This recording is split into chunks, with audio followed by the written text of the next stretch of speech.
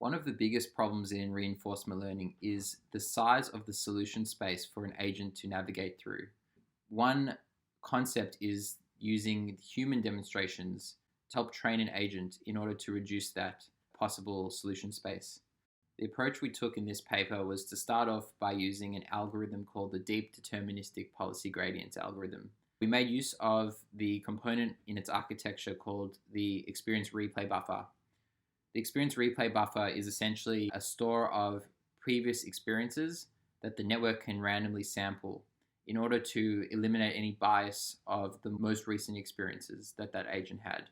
So we took this Experience Replay Buffer and we modified it in order to create three different types of agents. One where it had 0% human demonstrations in its Experience Replay Buffer, but 100% self-exploration experiences. Another that had the opposite, 100% human demonstrations with 0% self-exploration. And a third with 50-50 of both human and self-exploration. An actor was placed in a two-dimensional environment which included 9 randomly generated obstacles, as can be seen in the figure on the screen. Obstacles are the black circles, the goal is the red circle, and the agent itself is the gold circle. The agent was rewarded by minimizing its Euclidean distance to the goal. State information was encoded as a 22-dimensional vector which included the x and y components of the actor's velocity, the actor's relative position to its goal, and the actor's relative position to each of the 9 obstacles. At each time step, the agent receives a small negative reward equal to the distance to the goal. In order to evaluate our experiments, we looked at 2 key metrics: the success rate as well as the solution efficiency.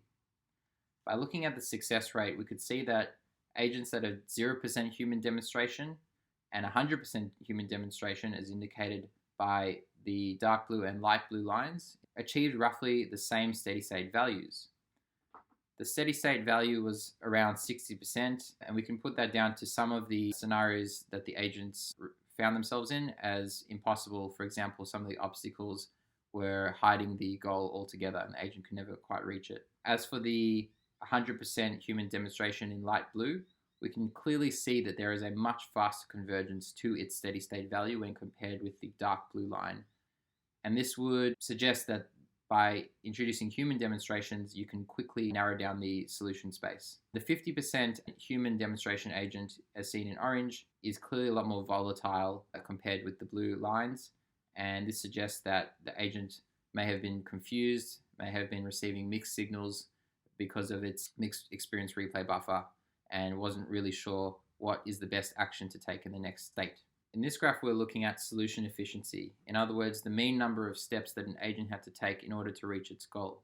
We can clearly see that the dark blue line, which indicates 0% human demonstrations, is less efficient than the light blue line, which indicates 100% human demonstrations. This aligns with the previous graph that we saw, where the 100% human demonstrations line converged a lot faster to its solution. Again, we can see that the 50% human demonstrations line in orange is underperforming the other 2 curves.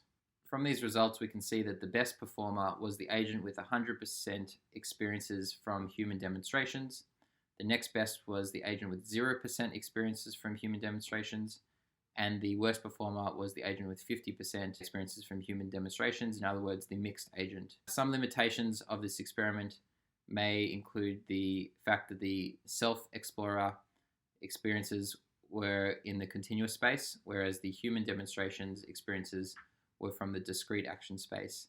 And this may explain the poorer performance of the mixed agent or the 50% agent. Future works could include investigating the same concept of how human demonstrations can narrow down the possible solution space. I would suggest changing maybe the replay buffer architecture as well as some of the action spaces, but it is a very exciting area. Thank you for listening, and I hope more works can look into how human demonstrations can be used with self-exploration to achieve better outcomes for reinforcement learning.